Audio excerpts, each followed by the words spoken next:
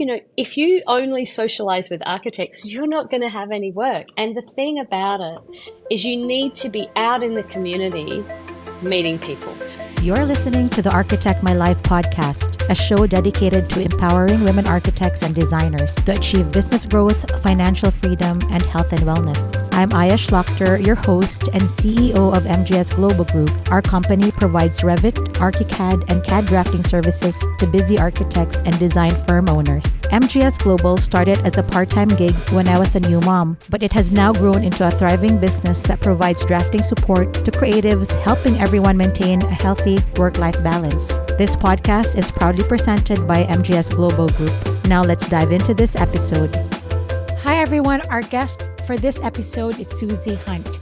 Suzanne Hunt is an accomplished architect and principal of Suzanne Hunt Architect. After establishing her firm in 2004, Suzie and her colleague Catherine Lee successfully navigated projects from a bedroom startup to a fully fledged office by 2016. Beyond her practice, Suzie serves on influential boards and chairs the Curtin Architecture Advisory Board. As the first female president of the Australian Institute of Architects Western Australia WA chapter, she is a staunch advocate for women in design, founding Work Women Wisdom, a grassroots advocacy and support group for women in design. Suzie is also a TV presenter for MWC Australia by Design, showcasing her commitment to architecture. Her advocacy work earned her the 2021 Paula Whitman Prize for Gender Equity and 2022 WA Architects Board Award, and a Life Fellowship from the Australian Institute of Architects in 2023.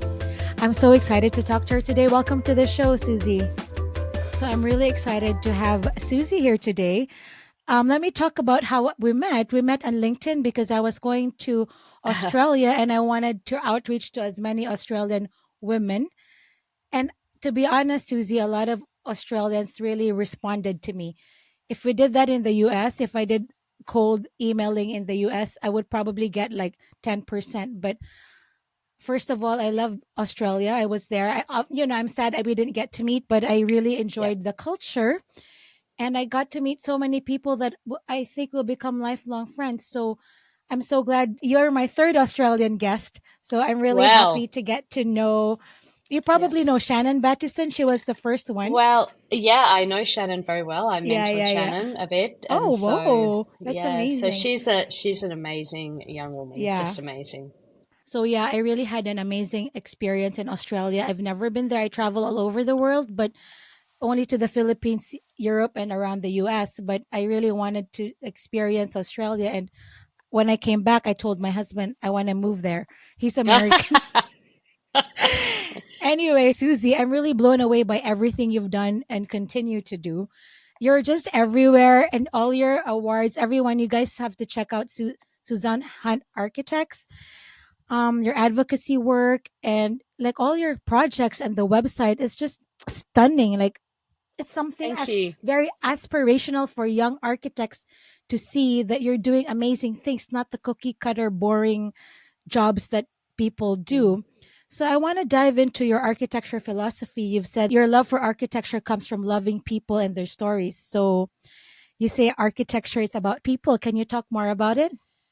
Well, I suppose I should give a little bit of background, which isn't on my website. My father was an architect and my mother was very creative as well. And so that I was born when they were very young.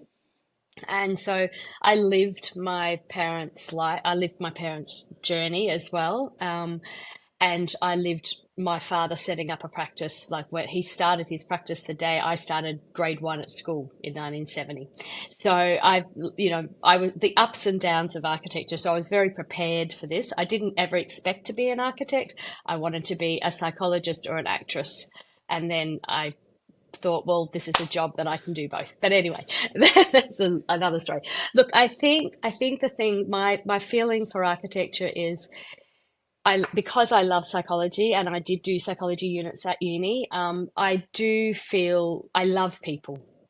I absolutely love talking to people. I love things like this. I love people and I love the way that architecture can actually help people. Now, the practice I'm in now, Suzanne Hunt Architects, which is 20 years It's 20-year anniversary next year. Before that, I had an amazing different different career where I was working in government. I was working at prisons. I'd worked at a female prison. I'd done a lot of like massive heritage projects, government-based projects. So I started this practice essentially when I separated at 40 with 4 little kids under 6.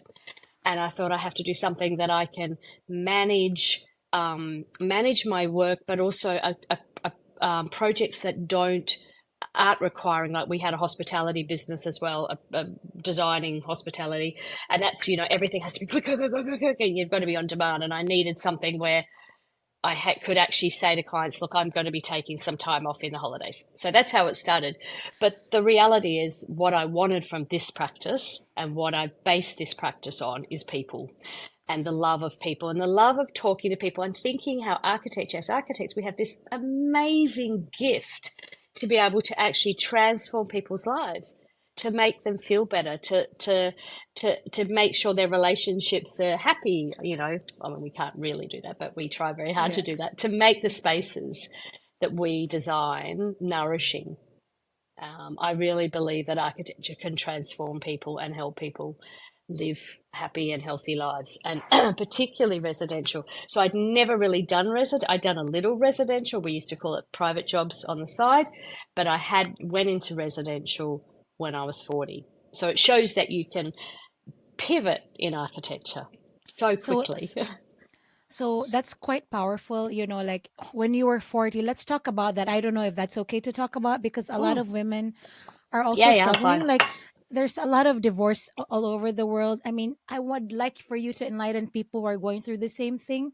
The fact that you had 4 kids and you started your own business and just newly divorced. I mean, what was that process like? And what would you share to people? Like, how do you build your resilience at that point? 4 kids under 6. That's, yeah. Well, there were twins in the middle there, so that's fine. Look, I think I was always relatively resilient, because of my family life where, Dad was working a lot. He was working he was working in Sydney as well, had a practice in Sydney. And so, our life financially was very up and down. I mean, in the end, he was very successful, but it was, one day when I was 8, I came home from school and we had no furniture, because they sold all the furniture, because they had some antique furniture, because Dad didn't get paid from a client. So I was very used to the ups and downs of architecture. 2 years later, we were in a trip to Europe. So we had a very gifted life, but it was quite an unusual one compared to my friends. And I didn't really know that until I was much older, when I spoke to my friends and they're going, is that what happened? I'm like, yeah. I never had the right uniform at school. So anyway, but that's like builds resilience. It's like what life is. So I suppose the thing is, I went to London. I left school. I left uni. I went straight to London. I was there for 4 years. I loved it. I came back. I brought a husband back. Many of us did in Perth in those days. We all brought partners back, which is really hard for him. And then he was an interior designer. We set up a business. We both worked separately in different practices, and I was in the government. And then when I had my first child, I was 32, and I literally just couldn't get work. I mean, so we sort of used to do these small projects, which I would do a little bit of, and then 17 months later, I had twins, so it was much harder. So I had been in those days. There was no paid maternity leave. There was no childcare. You couldn't get into childcare. So at 36, I had 3 kids, and then at 38, I had a surprise baby.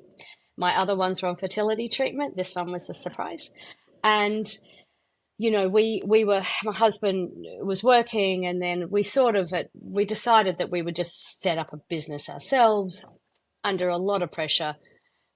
Because we had these 4 kids. And anyway, long story short, I had been unhappy. I lost 2 girlfriends from cancer when I was 40 or 39. And that makes you think life is for the living. And one of my girlfriends, as she was passing away, said, life's not a dress rehearsal, Suzie. This is the only life you get, so you've got to make it the best life. And I was pretty unhappy in my marriage, and that was the pivot point. So I was then 40, and I walked away from our business. Our business had become quite successful by then. It was an interior design business mainly, and we were doing really well. And I walked away from that with the kids. So then starts a whole lot of things. So I suppose the thing is that I think that life has to override your architecture life. You know, I like that. your life and your happiness are the most important things. And if you have children, if you're not happy, they won't be happy. And if you're not happy, there's a reason for you not being happy. I mean, obviously, there's lots of reasons, but for me, it was being in an unhappy marriage, and we weren't good for each other. You know, it was just not good, and it was the hardest decision I ever made in my life. My parents were really upset with me because I was the oldest, and how could you do this and whatever. But I knew when I lost my two girlfriends from cancer that this is my only chance, and I have to live my fullest life for them as well. And so that's sort of where that came from. It was a massive decision. I walked away from everything. And, I think for people that are unhappy, find, see whether you can find that happiness in you. I mean, I did counseling, we did counseling together, and I just realized this is not going to work. And, I'd lived 40 years of my life had been happy and sad, obviously, as everyone is. But did I want to live the next 40 years unhappy? Did I want that? And did I deserve that? And I made a decision, and it was a financial hit. I didn't get the practice. I had no money, whatever. So at 40, I was like, shit, I've got to do something. I've got to do something. I've got to pay for my kids. Like, I've got to support my kids. And so I decided to set up my business. And I set it up. This is the classic. I set it up in my bedroom. It was a loft I bedroom in I my saw house. that. And I'd had one girl working with us who was a French architect, and she came with me, and we set up in a bedroom, and that was 20 years ago. And and it doesn't. I think there's this thing, and when I mentor young architects, I'm saying to them, you think that you need to have an office and da da da da da. You don't need an office. You just need a space, and you need to give really good service. I mean, in those days there was no websites, so we didn't. We even as an architect in Australia at the time, we couldn't even advertise. You weren't allowed to.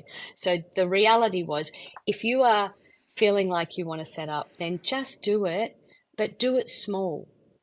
Do it small and build from it. And I think we were very lucky in our generation for a whole lot of reasons, but particularly because in those days there was no websites, there was no social media.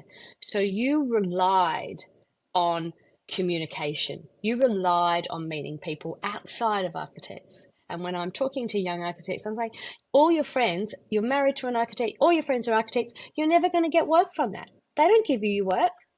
They're not giving you work. The people that give you work are out there in the community. And so I'm saying, if you've got kids at school, go and join the school building board. Go and be on the P&C. Go and meet people because they're your future clients. So I think it's a big thing. Yeah. First of all, thanks for sharing your story. A lot of us women just stay in marriages because it's what society says. They have all the kids, and thanks for being bold and brave for you and your kids. And look where Yeah, you are thank you. right now. It's never easy to do. So that's one thing for us women, just we can't put a lot of women always put ourselves in the back seat, and we always Yeah. try to dim our light so that the other people can shine. But Oh, and I do that still sometimes, I have to yeah, say. So it's not something that disappears. But I think it was pivotal in losing my girlfriend, particularly one girlfriend. And when you go to two funerals in 2 years where there's children under 9 yeah, speaking on behalf of their yeah, parents, like, yeah, yeah. It's always there. It's always a storm. There's always a storm before the calm, right? Like everything is so chaotic before you find happiness. It's just the way it is. mm, But thanks for sharing your story. So let's rewind a little bit and delve in the early years of your firm. Obviously, that was 20 years ago in Perth. I don't know what the economy was like back then. But how did you land your very first client? And Well, yeah, it's an interesting story actually because we in our practice had it was mainly interiors practice at the time, and so we had one client who had a winery. And then they asked us to do a house. And I hadn't really done houses. I'd done little jobs of houses, and we'd done our own houses and stuff. And so I started on that project. And it was during that project, during the documentation phase of that project, which is when I separated. And so we were doing work on the winery and we were doing the house. And so they were fantastic clients. And my husband obviously was an interior designer. I was an architect, so I was doing the architecture. And we were getting it documented outside. Anyway, that was when I separated, and I said to the clients, look, I've separated. And I went to, it was actually that project that was the pivot point where I went to do a presentation, and my husband was quite abusive, and he said something to me as we walked out, and the clients had loved it, and he said, oh, you're useless or something. And I just thought, oh, fuck, I can't do this anymore. So it was like in the streets of Fremantle, actually, when it happened. But that was 2003. So anyway, this project was in our practice, so I couldn't take the project with me, but I continued to work on the project with the clients, but just not in the office, without getting paid. And then when it got to the administration phase, they hadn't set up a contract with us to do the administration. So I then did the administration, but I then got paid. And so because it was outside of our practice. So they were, they still are my clients. I'm still doing work with them 20 years later and with the next generation. They were absolutely amazing. And that project, I remember going through, when you're divorced, you have to go get lawyers and whatever. And the lawyer's going, oh, you've got to give that project up because you won't get as much money. And I said, this project, and I can't believe I was that wise at 40.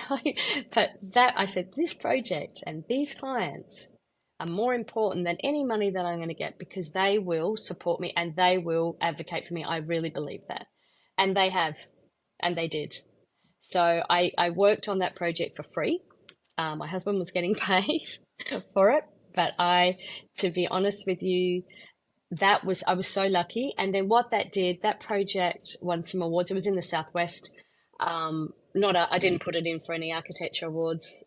So this was all 2004.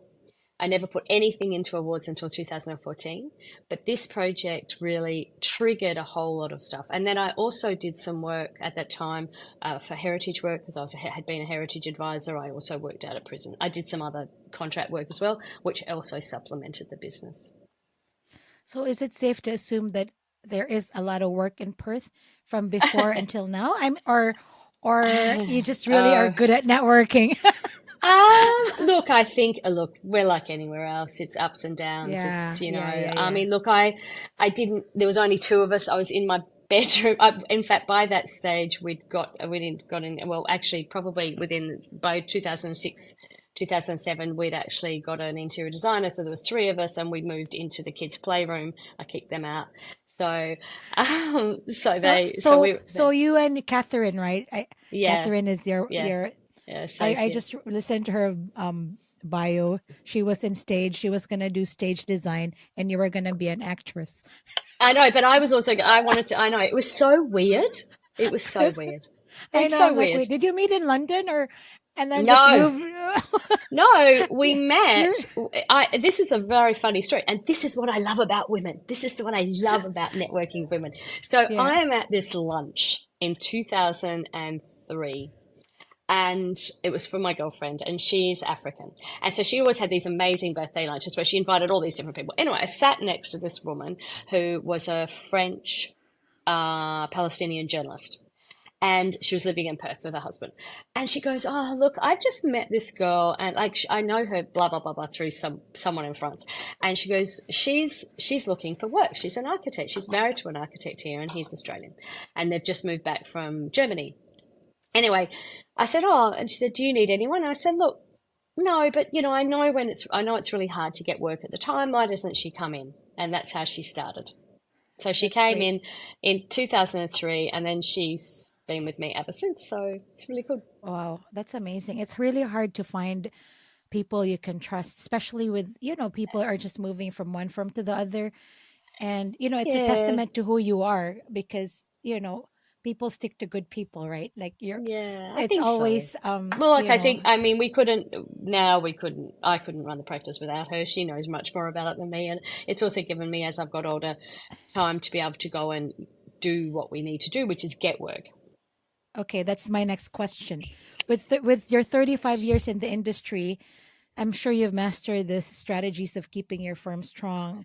And there's a lot of things changing. A lot of younger architects are emerging and they're more savvy and they probably can work like 20-hour days, whatever. But how We do all you did keep that in the any? beginning, though. I know. Any tips on keeping the client pipeline flowing? Like, are you diversified? I know you're heavy on residential, but how do you keep the pipeline flowing? Because you have, like right now, how big is your team? And how Uh, do you yeah. keep the work, like the whole project pipeline and the staffing, things like that? So Yeah. I think I'd like to start that with, we're in the business of architecture, and architecture is a business. And I think sometimes people forget that, you know, and that was like when I said before, earlier, if you only socialize with architects, you're not going to have any work. And the thing about it is you need to be out in the community meeting people. Once you've got, and that's probably from my background of when we didn't have websites. There was no such thing as a website. No one even had the internet. So the reality is that you had to do the hard graft. You have to service your clients well. You know that they're going to do, and those days it was only by word of mouth. By word of mouth was the only way you ever got work. I mean, you couldn't do an ad or anything because we weren't allowed to as registered architects. So service your clients well, treat them with kindness, and really understand and listen to them. Because it's this whole, oh yeah, but I'm doing this and I'm doing that. It's like it's actually not about you. We're a service industry. We have to look out for people. Now, that doesn't mean that every client's fantastic. They're not.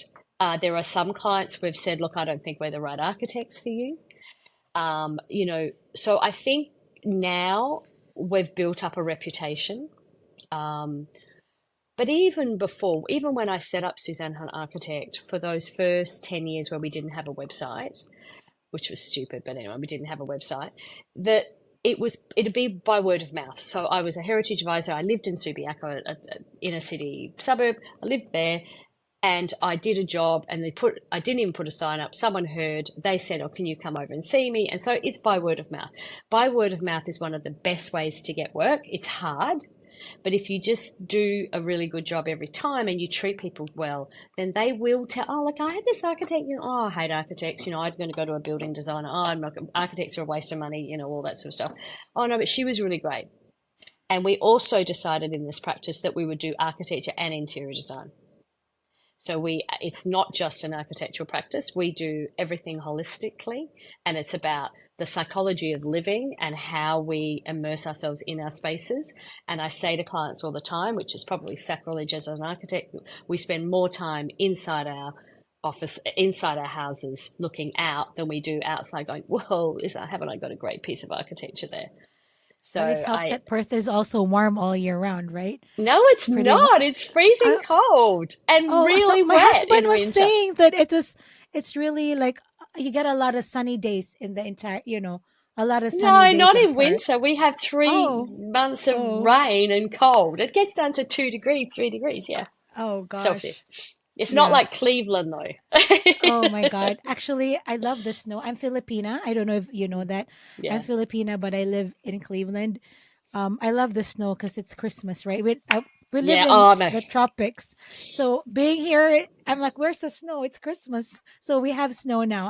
I'm really Do happy you know about what? it. Christmas is never the same as being in the Northern Hemisphere where there's beautiful cold and you're eaten by a fire. I mean, Yeah, hot ours chocolate. Yeah, 35 degrees. It's going to be 35 degrees Celsius for Christmas Day. yeah. People think I'm So weird. I'm Asian. I'm from the tropics. I grew up in the heat, but I love snow. I love snow. Oh my God. Yeah. Yeah. Same, same, same, same. Susie, how big is your team right now? Like, So what my is, yeah, team is, well, my team flexes. So we have one, two, three, about six and yeah, six, seven, and says two or three are part time. So we've only ever got up to probably 11, 10 or 11. yeah. Um, but I quite like that smallness. So we've got architects that do interiors, and we all do everything, to be honest. Yeah, that's good. You don't I want to grow too fast and then get stuck not having enough for the payroll, right? Get Well, we consultants did, and when we were. collaborators. Yeah, and Yeah, like I think, well, these people all work in the office, so they're all yeah, here and they all get yeah. paid. They're on salaries, most of them, as two that are contract. So we've got a good team, but we do. I realized in the early days there was a period where I was bigger, a bit bigger, probably at 9 or 10, and we didn't have a lot of work, and I kept people on because I felt bad about sacking them, and I'm still Yeah, really bad. I'm yeah. really bad at letting people go. I'm really bad at that, but I think the team we've got now is brilliant, and and that's why on the website we actually have interviews with them I love as it. I well. love your website. It Oh, really, I thanks. got to know your team. So, how did you do during COVID? Like, what happened to Well, your COVID here team? in WA, we were very different to the rest of Australia. So Oh, okay. we were the state that was locked. The state was locked in, and if you, I don't know if you know Australia's map, but we're a third of Australia. So we're Yeah, we've got tropics and cold down the bottom. So it was booming. So mining, we're the mining state. So mining was still going, and a lot of people came back to Australia, to Western Australia. There was people ringing us from in the hotel, whatever it was called when they were up there. And they were saying, I haven't been in Australia for 25 years, but I've just bought a house sight unseen, and could you go and have a look at it? So, I think the thing is also, just, I suppose, backtrack a little bit, that because I've done this big infrastructure stuff, and then when I set up this business, it was residential, but it was also local government work. So we've done quite a lot of local government work. We've phased out of a little bit of that over the last 5 years, just because we're getting a lot more residential work. Residential work is better fees for us. Um, yeah. so so these people are calling, and I'm going, oh my God. So we had projects on site. Construction had to keep going through COVID. So we worked right through COVID That's great. I mean, in our office. yeah. I have an architecture outsourcing company. My I team saw is in that. the Philippines. We do drafting, and our pipeline was all hospitality. Oh, wow. So, I mean, everything shut down. But the good thing is, I was able to keep my team, and then I trained them in Revit because that was the only downtime. I'm like, you know what? I got a coach and a trainer to train them Yeah. because they weren't doing anything. And Revit is the thing now, right? Like Yeah, no yeah. one does AutoCAD. So See, that's what we I do did. AutoCAD. We don't do Revit on residential. Yeah. No, no, If we but were doing bigger projects, we would. yeah. So now we have like Revit, ArchiCAD, AutoCAD. But yeah, like that was the time when I was very stressed out because I'm I like can you. These imagine. people have been with me since day one. My first employee is still with me, right? Same. Isn't it 14 funny? years. Yeah, Yeah, yeah. so but that's such a nice thing, because you have a longevity and a connection, and you sort of get to the point where you know what needs to be done. Right. I mean, I think I'm very lucky in that sense that people don't leave. Like so far, only one person left in like 3 years because Wow. he didn't want the stress of dealing with the client. But it had nothing to do with the team culture, right? Like some No. people are just not used to. It was not the right position for him. So that being said, what is your leadership style? Oh, ra- I don't know. Maybe erratic. Well, leadership. Well, I'm a parent of four kids, and then I'm with my partner who's an architect now, and so we had six kids in 6 years. So we blended our family in Oh wow! So you're 2010. We've been remarried. together. You're remarried No, now. we didn't remarry. We haven't remarried, Oh, okay. Yeah. but we've been together for 15, 16 years. So so we had six kids in 6 years. So my kids reckon that I am, you're really calm now, Mum. just like, it's just like, I think it was just a bit crazy to come home and there's six kids all at school in Oh six my years. God, that's And so then we had crazy. the work and it was just like, it was just like, I think, and I'm much calmer now. Like I am, so I think my leadership, in the office, my style probably hasn't changed, and I share that with Kat. Um, but my job in the office is to get work for the staff. I still do a lot of the concept design, do most of the concept design. I'm the one that's dealing with the clients. The policy and the philosophy that we have here is that when I write a fee letter to a client, I say to them, you have my mobile number. You can call at any time, and I will be there to speak to you. So I'm not a person that we all delegate, we all have our roles, but Yeah, I am the one. Everybody speaks to clients during the project, yeah, but if there yeah, is ever a problem, I'm the one they speak to, the clients yeah, speak to. So if they're happy or sad, yeah, and then yeah, things happen during a project, we know that, yeah, and so that's, and that takes, there's a lot. We have a table where I have my inquiries there, and then when they're different phases and who's working on them, and that's a way that I can keep it all in my, yeah, manageable. yeah, My leadership style, my work style here is probably, for Kat and I have been together for so long, it's sort of like we don't, we know exactly how each other works. She manages more of all of the documentation and the staff when they're working on computers and stuff. I come in and do, overview and probably be really annoying, to be honest. For the You stuff I know, get to- do you yeah. know, I really liked what you said earlier that architecture is a business, Mm, right? Where a lot of architects think of themselves as architects and artists, right? We're not here to find an expensive hobby.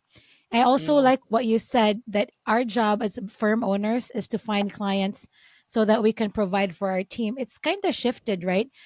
Like Yeah. before, it was maybe earlier, it was for you and for your family and for Catherine, but now you have an entire team of 6 to 9, right? Like you Yeah. need to make sure that you're providing, and that's good because a lot of young architects want to do everything.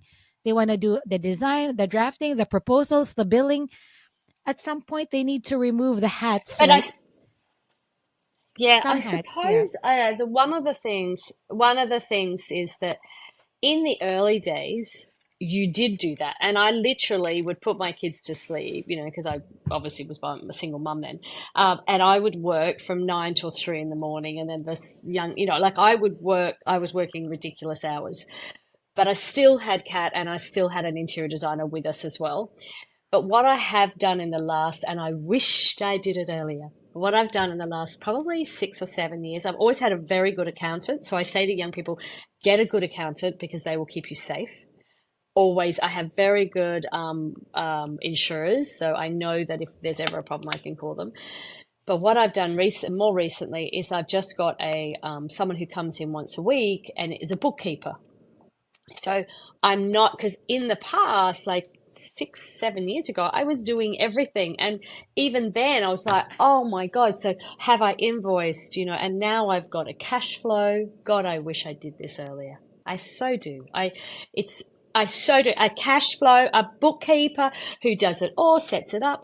We forecast what's going to be happening in the next year, just assumptions. So I go, okay, shit, that's a really bad month. I need to get some work here, or like, oh my God, we have to reduce staff because we actually don't have enough work. So that cash flow, oh my God, I so wish I had that about how many years has it been? 20 years ago. wow. Like, Isn't it amazing? I'm speaking at the AIA, American Institute of Architects convention in June in DC, and I talk about firm ownership and how to run a business because I'm on the same boat. Like when I started, I was working with Michael Kors and we did hundreds of stores, and I'm still drafting and I'm doing store design, and I forgot to bill because how am I billing? I have a one same. year. I know, like I have a 1 year old and a newborn and like a 3 year old and a 1 year old, Uh, and then I'm like, this is ridiculous. Like, I can't get money in to pay my team. But now, like you, 2 years ago, I hired a part time bookkeeper billing oh, 2 hours a day, because we have a lot of projects, like very small, big Yeah. projects, and we have like Yeah. 60 clients. So they have to keep track of the cadence, Yeah. right? Two Totally. hours a Totally. day, 2 hours a day. That's it. Like, how much is a bookkeeper hourly rate? If you just get them 2 hours a day, it's Yeah. good. I can sleep at night now. Well, I think it is also, it gives you the freedom to be able to go Yeah. and get that work because it's Yes. so hard to be, because I was doing that at night as well. Yeah. That and I think the other thing, I always had a project. Funnily enough, I always had a table that had the projects and where the invoices were. I've still got that, so I can go back and, like, in the first year, I think we made $12,000. I was so excited, so it's just like, so I can still go back over that. But to Yeah. have this cash flow with all the costs coming in and all the money coming in and all the costs coming out, all our insurances, staff costs, superannuation, everything. Oh my God. It's a blessing. It's an That's absolute blessing. amazing, right? And it's so stupid that I didn't do it earlier. And the thing is, and if everyone would have to have an accountant here in Australia, okay, so, and I'm sure most people have an accountant in the world, Yeah, and definitely. so Yeah. the reality is your accountant can set that up. And then if you don't have the finances, you can actually just plug it in because a lot of it is repetitive. A Yeah. lot of it is repetitive. And then you see at the bottom line, okay, this is the money that's in my bank. Okay, it's coming up to the top of the next column. Uh-oh, we don't have Yeah. enough money. I've got to get some work in. And it really does guide you. So I just, yeah, I think it's probably one of I mean, there's a lot of different softwares. I'm Yeah. not so good with software. He's just set up an Excel table for me, or Yeah. I mean, he, and you get a bookkeeper to bill, and you got an accountant to make sure everything's fine. Like, they're and your part-time. They're insurer not and your working. professional Yeah. insurers. If you've Yes, got all yes, those yes. things, then you're actually going to be okay. Yeah, it's not Um, that complicated. It's who, not how. It's who you can yes, hire, but so not true. how, because I'm Totally. not good with numbers. Like, I can get the clients, but don't ask me to bill. I'll forget about it. Like, like tracking the hours from my Yeah. team and all Oh, that. well, I'm so bad at that. I mean, the thing is also, we probably far too late because I'm old.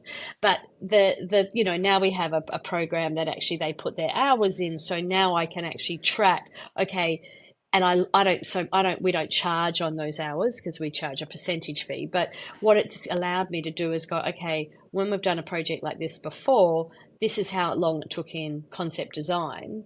Okay, so we should be making sure the fee is going to cover that for this next project. Is it an So architecture software? Can you share it with? no, It's not. Costume. That one. The Oh, one for staffing is Costume.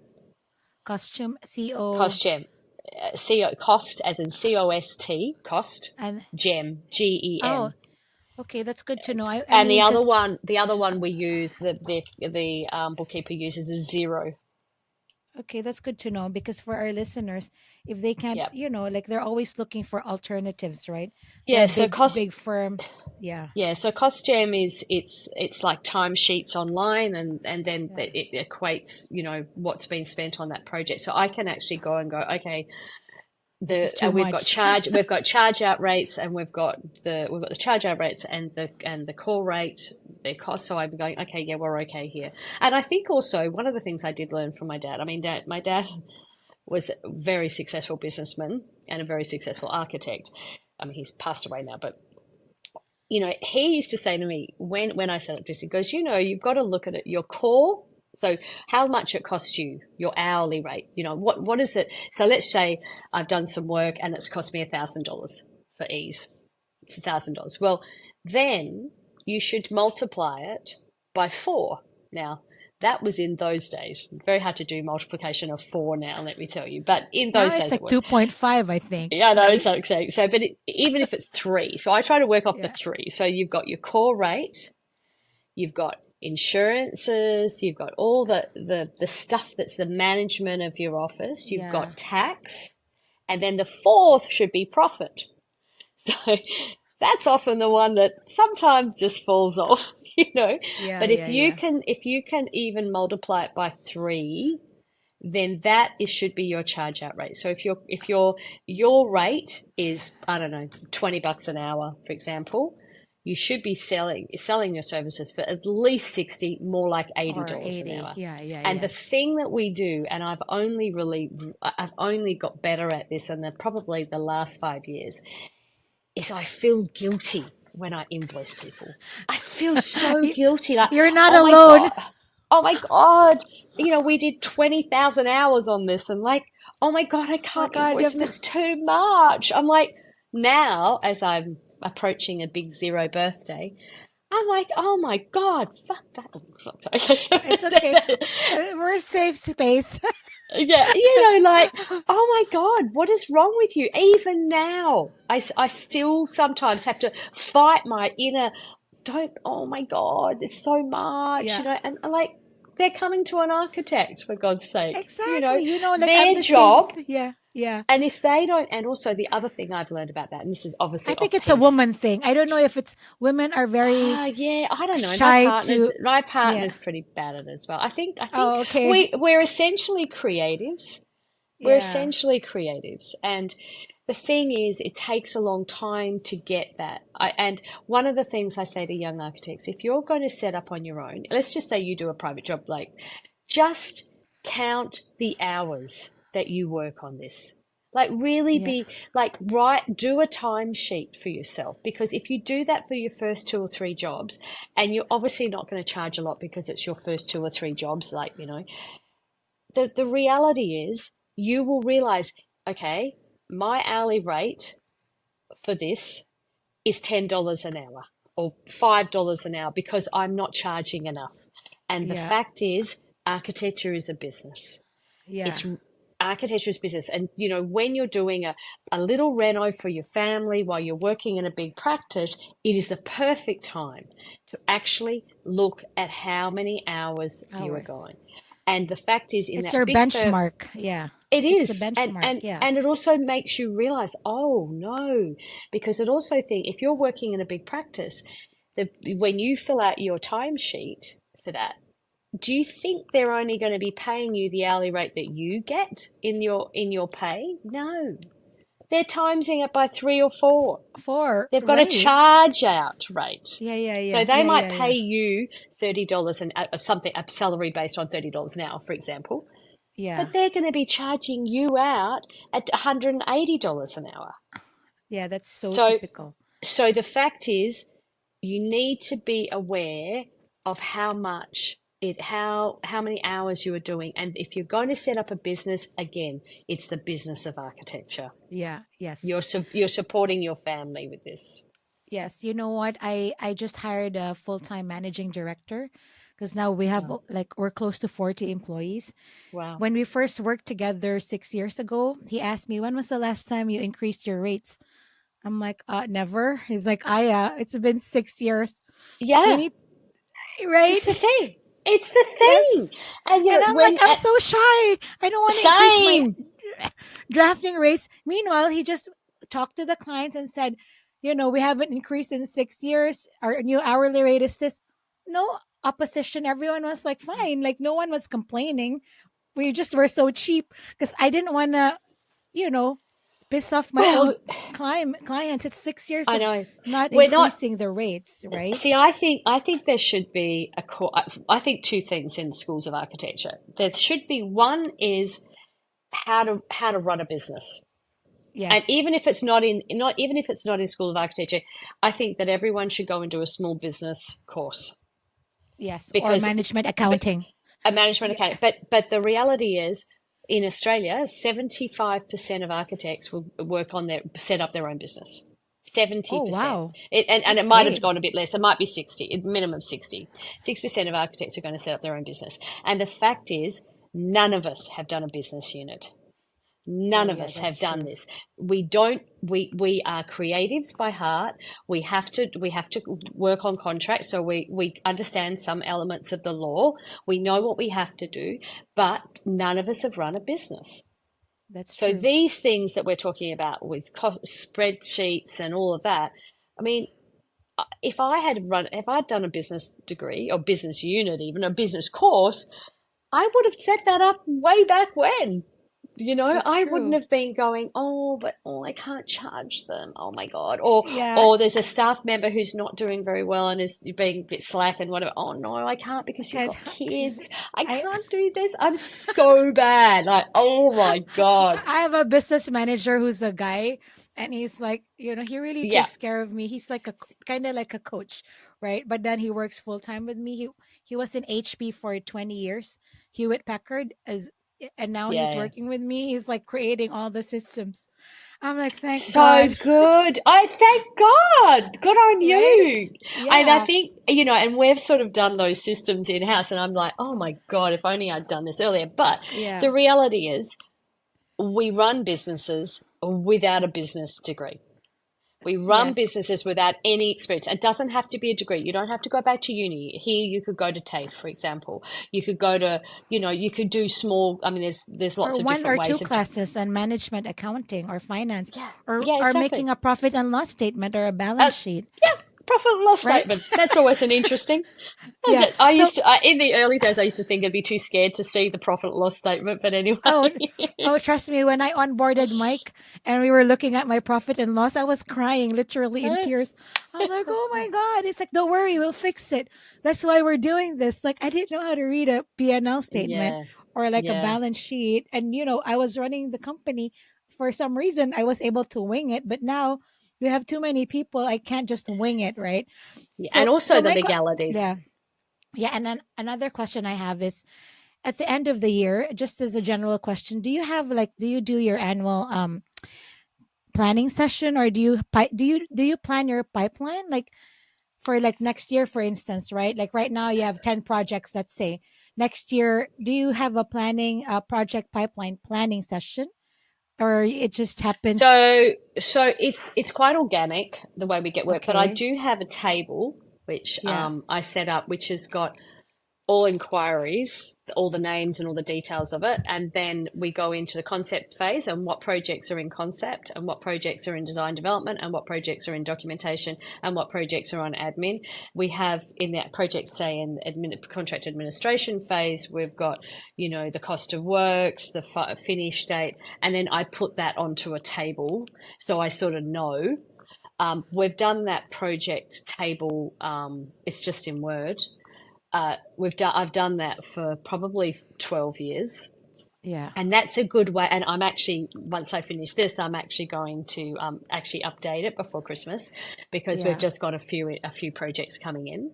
Perfect. And I think so. We're actually, I know I need to, in when we were smaller, I need to have three projects minimum in each phase, Okay, at least or two. that's Yeah, the so I sort number. of, Yeah. that's the number. But now we've got six projects on site and probably four projects in administration, and then in documentation, and then one in detailed design, and then in concept design we have like eight or something, which is good because that's the people. And then That's people what you want to happen. Yeah, right. yeah, so people contact me through the website. The website works really well, this website. And they might send something, and then I just keep their inquiry on file, and I Okay. keep it in the shed. And then I just touch base with them, 6 months, and say, how are you going? I rang one the other day and I said, look, you contacted me and we've sent you a fee proposal. You are coming, said, oh, look, this has happened. Their family are from Morocco. I said, look, we've got other stuff. I said, yep, no problem. But they just stay on the list, and I just At keep in least contact with them. they remember you because you call them, right? Yeah, I No, and I call them. I don't I email know. them. No Don't texting. email. I No, I called a friend. actually Yeah, yeah. I I use called a my friend one voice. time. Yeah, good. I called my friend one time, and she's like, "Oh, I thought calling was a '90s thing. Like that's so 1990s." I'm like, "What?" That was Like the all the best years young of my people. life in the 1990s. I had all my Anyway, so kids in the 1990s. yeah. Yeah, so I So don't how look. old are the kids now? By the way, how old are the So kids? the oldest is 27, and the twins are 26, and the youngest is 21, nearly Isn't 22. it good that they're not in diapers anymore? Like you can actually I know. work. I miss them though. I Yeah, don't miss them. I don't miss it was chaotic, but it is lovely when they love you and they yeah. think that you're brilliant. Yeah. And Are they all in Perth? no, no, one is in the Netherlands, but he's studying in Sydney. He's doing a semester Oh, in the Netherlands, and then the other three are, but one was away in London and Canberra for no like 4 or architects. 5 years. No, my youngest is doing product design, industrial Oh, design. okay. So That's great. Yeah. he's the youngest of the six, and he's the Yeah. only one doing a creative thing. That's good. At least you have one. Oh Anyway, yeah, yeah. Susie, so apart from all of the things that you're doing, and I've already learned so much, I'm sure all of our listeners here in the US and all over the world can really benefit from all your stories, from like your personal growth Yeah. and all this business advice. How Let's talk about your advocacy for equity, diversity, and inclusion and your work women wisdom. What is that exactly? Can you talk about So that? so look, I suppose I have to probably start a little bit earlier than that. I went Yeah. to a girls' school in high school, Oh, and it was in the so I was in high school from 1977 to 1981. So it was the 70s, feminism. We had most amazing female teachers that we literally they would have a baby, and we used to joke that they're probably breastfeeding it in the hall because they came back to work within minutes, and oh and my God. all of our generation, our mothers couldn't work. They had to give up work when they had children. So most of Mhm. us didn't have mums that worked. They all had dad. We all had dads. Not everyone had dads, but we had dads that worked. Um, and so these women were just so amazing. They were telling us, that the world is your oyster. There's no glass ceiling. When we finished school in 1981, it's just oh my God, embrace everything. Anyway, we 10 years after that, we all got together and we're just going, whoa, what a load of bullshit that was. It just was I like, know, right? there's Because you such all a were in glass. an all women's school. I There know, were and no it was, men. and then, but so I'd gone to a co-ed school up until I was 13. But anyway, it's just like, we were so like, yeah, we're going to get the world. We're going to slay the world. And it was just like, oh, that's not what happened. Anyway, I then I went to Wait at the time, and then became Curtin University. And, I had a good education, not brilliant, but a good education. And that I had not one female lecturer, and I never had a female teacher. And when we finished, there was only one girl. There was one other girl. So I never had a female teacher, lecturer. The first time I heard a female lecture was on my graduation ceremony. It was a very famous writer, Elizabeth Joly. I remember going, oh Yeah. my God, how nice that would have been. So then I started working, and then I went and worked in London. And then the first firm, I remember my dad actually saying when I left school, you need to learn how to type. I said, if you're going to do architecture, you need to learn how to type. I said, why do I need to learn how to type? Obviously, it's been very beneficial. But he didn't Yeah. know about computers coming up. Yeah. And he goes, because in an office, Susie, you might be the only woman, and if the secretary's sick, you'll have to type the men's Oh my letters. God. That's bullshit. I don't, but that ended up happening. Oh my God. In that ended up happening. So when I went to London, I was in this little firm, and the secretary was saying, "Oh, Susie, can you type the letters?" And I'm like, oh my God, Then I went to another a really big firm, Scott Brown, Rigg and Turner at the time, and there was women partners, there was women lecturers. It was just this. Oh my, not women lecturers, women architects, women partners, women associates. So just It's fantastic. amazing. Yeah. I was like, this is so fantastic. I'd never had that. And Yeah. so it was just so different. So when I came back from London, for my generation, we couldn't get work when I had kids. There was just no way you could get part-time work. And so then I realized this is ridiculous. And I tried to get work, and all of us tried to get work, and we couldn't. So then I was in my 40s, I'd separated, whatever. In 2017, the Institute of Architects, the WA chapter, had never had a woman ever, woman president. There'd never been anyone. It was always older men. And there's this wall of photos, which I think is Of on my all white website. men. Oh, all white men. And then I put my photo there because I Oh, became great. president. And so that was the beginning of really I worked really hard. It's an unpaid position. You do it while you're Yes. working. My kids were Yeah. little. One of my parents died. It was just like, it was, anyway. But the reality was that was such a privilege, and I'm so proud of myself for doing it. I nearly didn't put my hat in the ring. I thought, oh, no one will vote for me. And anyway, it was such a great thing. So during that time, in the first half of my tenure, the first 6 months, I just said, look, it's 2.5 years. But the first 6 months, I said, I'm not going to talk about just gender, because I know all the old guys are going, well, someone actually came to me and said, we don't need a female president. We just need the best president. And I said, well, Oh, how do okay. you know I'm not the best? Like, it was just like, what the hell? Like, Good we don't for need a you, female. Susie. We just need, and so anyway, so basically I did that. I did that role, and after 6 months, I really started delving into women and what was happening with women. And the travesty of this is that when you are in a small practice, you are basically just trying to get work and work and work and work, and you're not Yeah. actually looking at a broader scope. So this gave me a broader scope. And what I realized is that there was no changes. There was still this terrible stuff. There was still abuse. There was still, sexism. There was still women who were in their 30s saying, well, I've been passed over 3 times to be a director, even though the people are younger than me, and they've said, well, we can't pay maternity leave if you're a partner because it's too expensive. Like, it was just this stuff. It was just terrible. So I decided that I would get all the women together. We hadn't done anything like this for many decades. And we called it Work, Women, Wisdom, and for work and women and wisdom. And we Wisdom. I like that. basically, I had the first event at my house, and we had, God, it was the most amount of women architects I have ever seen. Like, it was sort of like 180 people All in in just Perth? all these in my house. And so it was just this all different ages. And then from that, we started to do events where we talked about, I ended up having equal opportunity lawyers from the equal opportunity department come here to my house, and they talked to women who had problems with a whole lot of issues, and we did events like starting up a practice. We had people speaking. We did events like life insurances and insurances. What do you need? How do you set up? One of the things in Australia right now is the fastest growing cohort of homeless people, women over 55. At the Oh, time, I was over wow. Oh my 55, or God. I'm still over 55. But Yeah. the reality is that you start to realize that's because we don't have any super.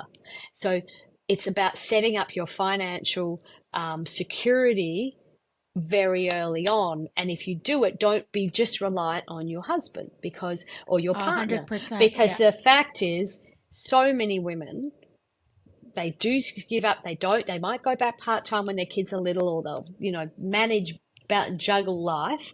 And the reality is, you won't have that super. You won't have that. And it's also hard to get. And so there's this, it was such a privilege to do that. I'm still doing it. And so what I've done now is Parler is an amazing, parler.org, on the agency in Melbourne. It's based in Melbourne, and it's for women. It's the most amazing website. It's got great articles for women. Many of us have written letters to our younger self, which I have done Can as you well. share the website, please? What is it Yeah, called? I'm gonna get it for you. Or, share it Because with me so I can post it yeah, in the no, links. Yeah. I can do it right now. Yeah. So it's the Parler Collective. So it's Parler, PARLOUR Okay. .org, OUORG dot So AU parlor.org. dot Okay. AU dot AU. Oh, parlor. Okay. So it's .org.au. parler.org.au. So this is a resource only for women? So no. No. Oh, Well, it's based on women, and it's mainly yeah. for women. So I mean, men can reach out there, and it talks Okay. about latest laws. It talks about a lot of us who are older have written letters to your younger self. It's got really, really good articles on it, written by architects and others. Yeah. about when you have a baby, what do you do? What are the different options? So it's a fantastic thing, a fantastic website. So Work Women Wisdom has a forum. We have a forum on LinkedIn. If you just apply, we let you in, and then I drop a lot of articles and stuff on that as So well. so that's all in the LinkedIn. Work Yeah, Women so Wisdom. it's Is it an hashtag. Yeah, we call it. Instagram? No, we're really bad at that. I'm Okay, really that's bad. fine. Like I just want to share that resource to other Yeah. people because is it only for Australians or can other women No, join? no, no, no, no, no, no. It's anyone. So it's Okay, good. yeah. So that I mean that's got information. So That's basically, amazing. Thank you so Parlor. much. So Parlor have a thing that they do, which is two. It's Parlor salons, and there's two women talking, and they basically have this chat, and I manage those here in Western Australia with Work Women Wisdom. So that's a joint event here in Western Australia. So I go out and search women, often women that haven't met, which is sort of unusual in Perth because it's not that big, but they haven't met each other, or they're different ages, or they've got different experiences, and then those conversations are put into a podcast. Oh wow, that's amazing. I would like to So hear that. yeah, Um yeah, so I so I that know that's we're the running. advocacy. Yeah, That's great. I'm gonna make sure I link yeah, that and maybe yeah, ask you separately in an email so I can yeah. link that Sure, on the podcast. sure. But I can talk to you forever, but I want to be Yeah. respectful of your time. I just have two more questions. You mentioned something about invisibility of aging as a professional woman. Is that a thing? Like I'm still okay, I'm still at my prime, I think, like 48.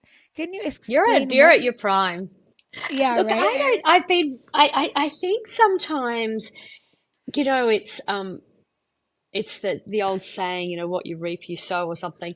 The reality is that I'm about to turn 60 next on April Fool's Day next year, uh, on the 1st of April, You look and amazing.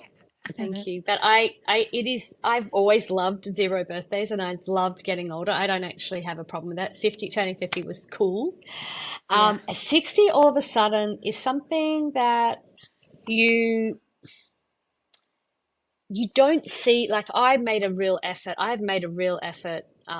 in advocacy work to get older women involved, because there's not a lot of older practicing women, or women that were older and stayed in the profession, to be honest with you. Yeah, So right. the reality is that I I don't know whether it's me feeling that, but I do feel there is, oh, but why don't you give that to someone else? Or why doesn't someone else do that now? Or so you're not actually asked. So Oh, I've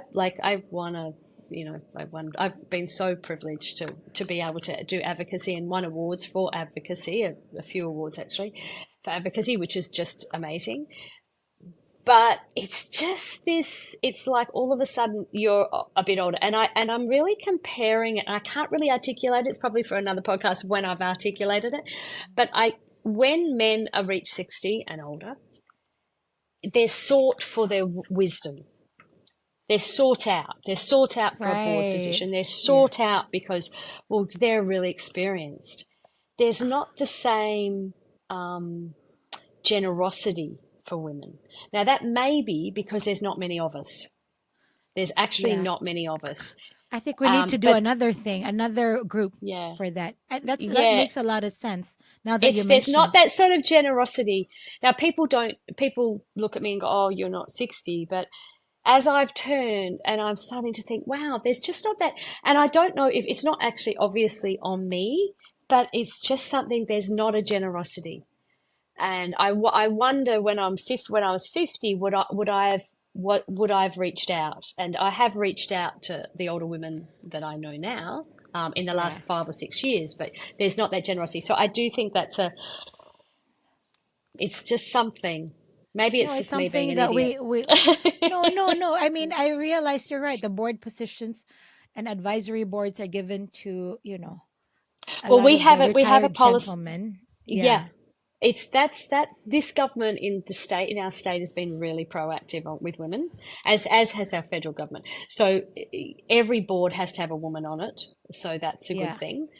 There Yeah. is more roles for women, which is fantastic, but I question whether there are roles for women at your age or in their 50s? Or is there women roles for women who are architects, not engineers or not running mining companies, those ones, but are there roles for architects? Yeah. Are those people being called? Because I think as architects, we have the most amazing experiences. We have the design, creative, we have the legal, we have the construction, we have this amazing mesh of experiences that others don't have. A lawyer has legal. I mean, I'm on the legal practice board, but Yeah. I'm like, I'm the. I think I'm sort of the outsider. Anyway, Right, whatever. right. But the reality is that we as architects should be sought to be on lots of boards because we have such a wide ranging experience. And then I question, are women of over 60 being sought? It's something that I we don't need know. to look into. Yeah. I Another know. study. I know. So speaking of Yeah. age, while I was researching your, Susie Hunt and your firm, I Mm, must say your website is very on thank top you. of your marketing strategies. Like looking at your website, you're on top of marketing. You have videos. I mean, it looks like somebody young is running the firm in their 20s, because a lot of older women like me, I hate being on video.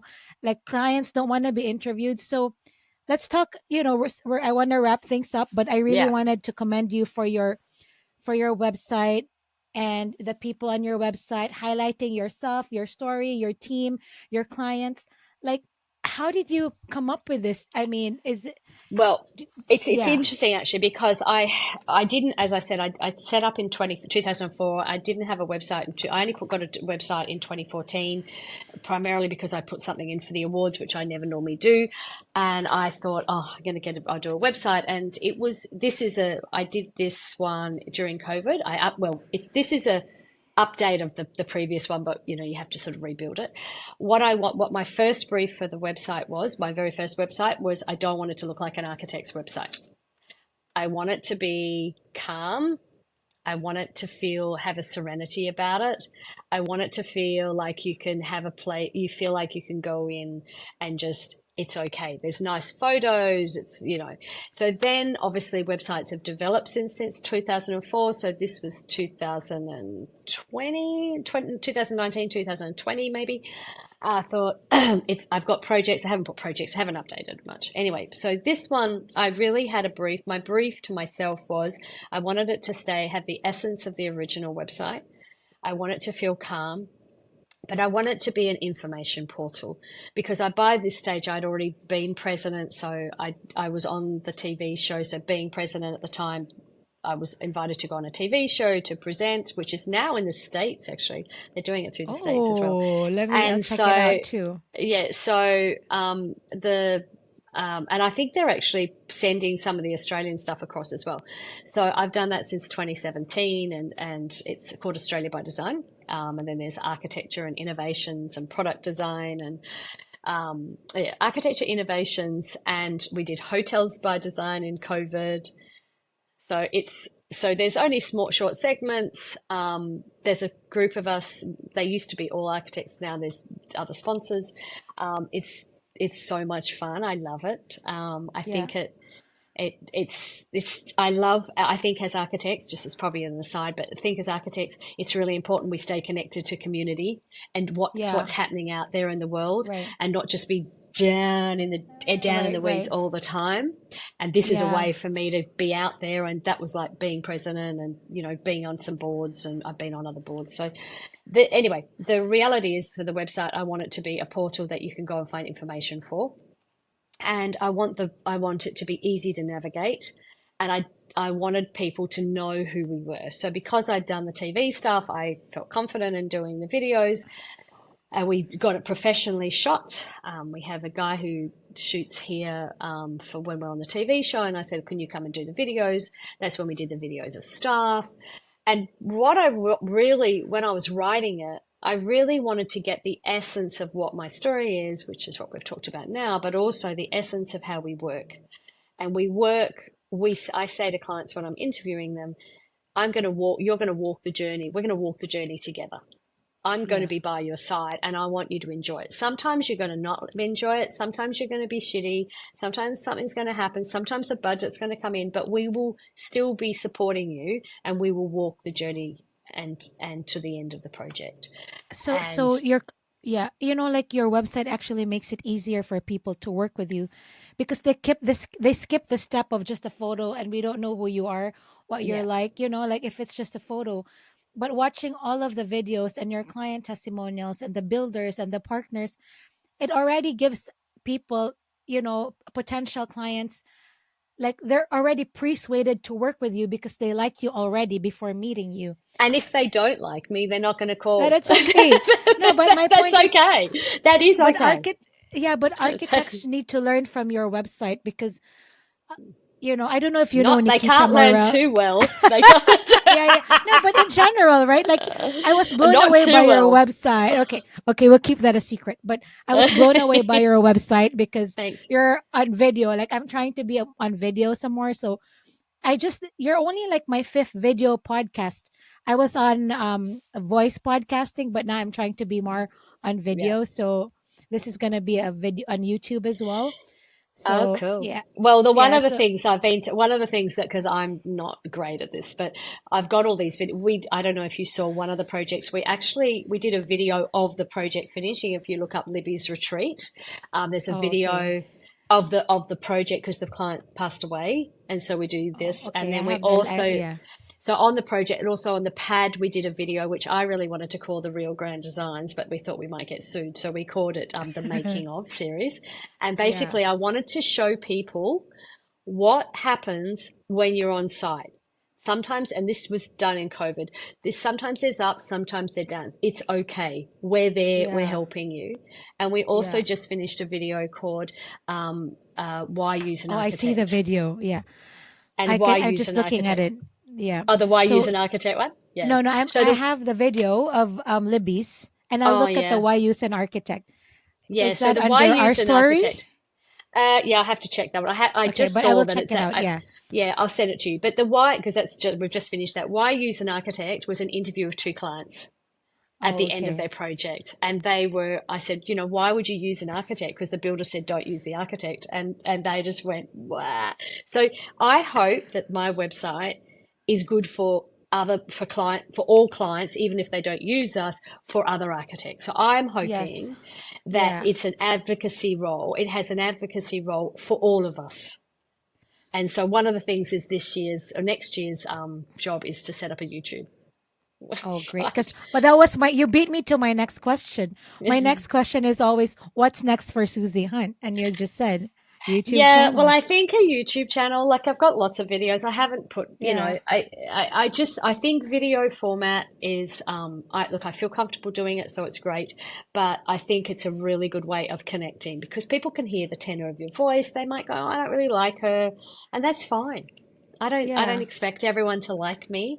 And, Yeah. and sure, we've had clients who have been disgruntled. Everybody does. You have to just move on. But I think all the time you just have to do the best that you can do.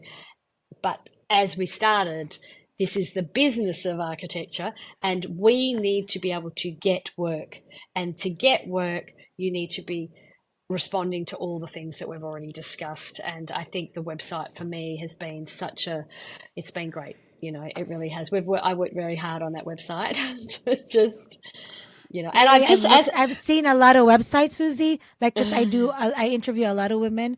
Your one website, I mean, all of my clients, even like I check. Yours is really, you know, I so love we're, your looking at the website. I loved but everything about it. Yeah. So one of the things, because I was coming, I thought, oh, should I better look at my website? And then I realized I hadn't been updated for a while. So I've written a whole lot of notes to say, oh shit, I've got to put that in. You've got to put that in. No, no, it's So, an. I mean, and the work itself, not just the website, but I mean, it could be for another podcast. But your design aesthetic is just oh, we haven't talked like about design. Oh my I God. know. We're just talked about business of architecture because that's what it is, right? A Yeah. lot of designers are good designers. Not many people can scale a firm and start a business with four Mm, kids and newly divorced. Come on, this is right. This is the real thank you. stuff, like the business of architecture. But your design aesthetic is amazing. Like really, I've been looking at Thanks. it, the winery and all the homes. Like I want to live in this home.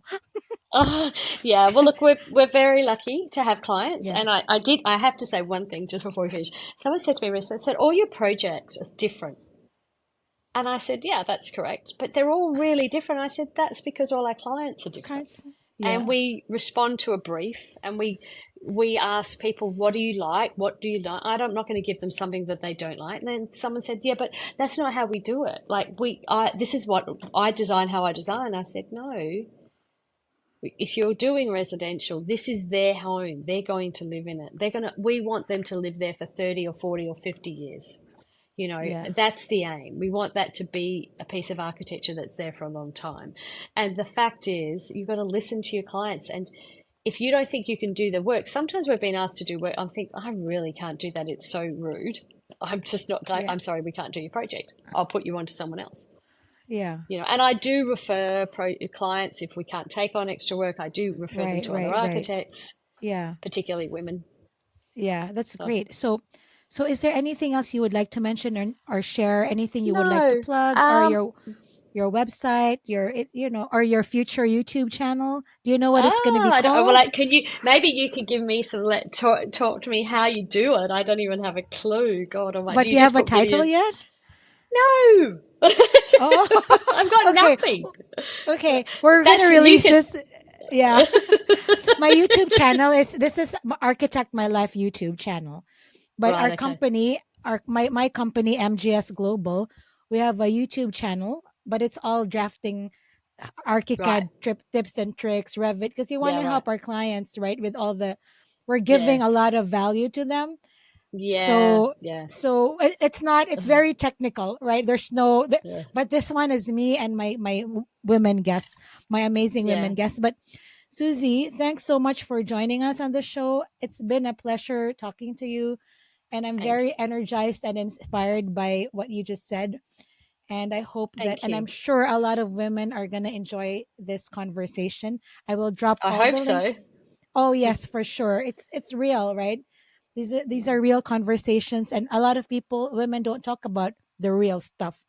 Everything Mm. always looks good on social, but what is happening Yeah. inside, And right? that is so true. That is so true. I think that's the thing that I struggle with social media. I mean, I do some stuff on LinkedIn, but not much.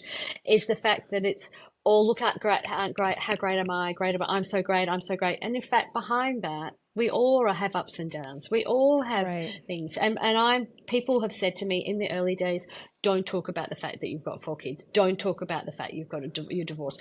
Don't talk about this. I said, that's me. It's who I am. And I'm also a talker. So I said, and a Yeah. sharer, too much a sharer. Yeah. But the reality is, if someone looks at me and goes, oh my God, I'm in a really shitty marriage. I can do this. I can get out of it. Do it. You know, but there's a whole lot of things, which was probably a different podcast, like make sure you've got information so you know stuff. But bank information or whatever. But there's stuff about if you want to set up a business, do it, but do it small. Build. Right. We've got a Yes. beautiful office now. It's fantastic. I'll show Yeah. it to you. This is up here, just Oh like my God, I love this. it. So this is one Congratulations. room. This is one room of Yeah, it. yeah. So like do these things. And you know what I think women as women we're so cautious. Well, particularly for my generation, too cautious. Oh my God, I don't know. Might fail. But on the other hand, other people and other women are too bold. Yes. Too bold. Oh, I'm leaving. I'm out of here. I'm going to go and set up this business. It's great. I'm going to get this office, and I'm going to have this. I'm going to have a printer. I'm going to have all this stuff. In the early days, you could start small. So Yes, there's it's a good there's the two advice. extremes. Start small. Do it at your own pace. Don't question. Be a good architect. Be a good client. Be a good listener, and actually do help your clients to achieve their goals. And I always say that the architecture I hope that we design nurtures their soul. Thanks so much. I really enjoyed our conversation. Thank you Suzie. so much. Thanks for listening to this episode of Architect My Life, a podcast brought to you by MGS Global Group.